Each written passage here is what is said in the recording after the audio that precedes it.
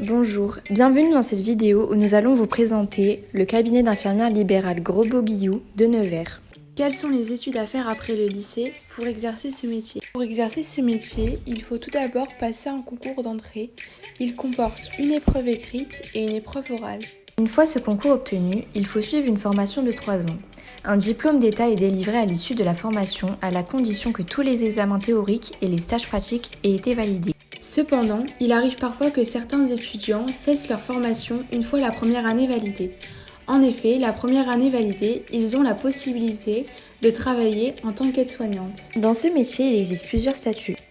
Premier, il y a la titulaire. Ce statut est celui qui implique le plus d'autonomie, de responsabilité et de pression financière. En tant que titulaire, vous êtes propriétaire de votre cabinet et votre patientèle vous appartient. En deuxième, il y a la collaboratrice. Celle-ci est plus libre et autonome qu'en tant que remplaçante. Elle constitue sa propre patientèle, elle facture elle-même et elle se rémunère également. En troisième, il y a la salariée. Elle est contractuelle et titulaire lorsqu'elle intègre la fonction publique. Pour finir, il y a la remplaçante. Celle-ci a un statut pour débuter. Il permet de se faire à la réalité de l'exercice en libéral. On explore différents cabinets. Maintenant, nous allons vous présenter 2 infirmières diplômées d'État, Marie-Agnès Grosbeau et Catherine Guillou. Après avoir travaillé au sein d'établissements hospitaliers, elles ont décidé de s'installer en tant que libérales dans la région de la Bourgogne-Franche-Comté. Leur entreprise est française car le siège social se trouve dans la Nièvre à Nevers. Les 2 IDE sont collaboratrices et se partagent les cabinets ainsi que leurs patients. Elles travaillent chacune une semaine sur 2. Elles se relaient pour que les cabinets soient ouverts tous les jours, 7 jours sur 7. L'entreprise n'a pas de salariés. Il s'agit alors d'une micro-entreprise. Elle n'appartient pas à un groupe, c'est une société indépendante. Le secteur d'activité est le secteur tertiaire, le secteur des services, de la santé, de la médecine et du paramédical.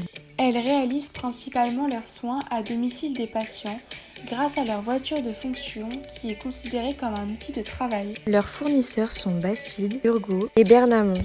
Il s'agit d'une activité de service public. Cela désigne une activité dont l'objectif est de satisfaire un besoin d'intérêt général. Ici, répondre aux besoins des patients en les soignant. Les tarifs des soins sont fixés sur la base de la nomenclature déterminée par les pouvoirs publics. Les infirmières respectent ces prix et elles ajoutent le coût du déplacement, soit 2,50 € pour n'importe quel trajet dans la zone de Nevers. Cette entreprise a été impactée par la crise du Covid-19. Dans les hôpitaux, toutes les opérations non essentielles ont été suspendues, ce qui a engendré moins de soins à domicile qu'habituellement. Cependant, il y a eu beaucoup de tests PCR réalisés, ce qui a généré beaucoup de déplacements au domicile des personnes attestées. Les infirmières ne peuvent pas faire de publicité car il ne s'agit pas d'un commerce mais d'une activité de service public. Il y a de la concurrence avec les autres infirmiers présents sur le même territoire, mais les usagers satisfaits des soins et de la disponibilité de leur infirmière peuvent faire de la publicité auprès de leurs proches. En conclusion, l'infirmière à domicile assure les soins infirmiers, le bien-être de ses patients et assure un suivi des soins jusqu'à une évolution positive.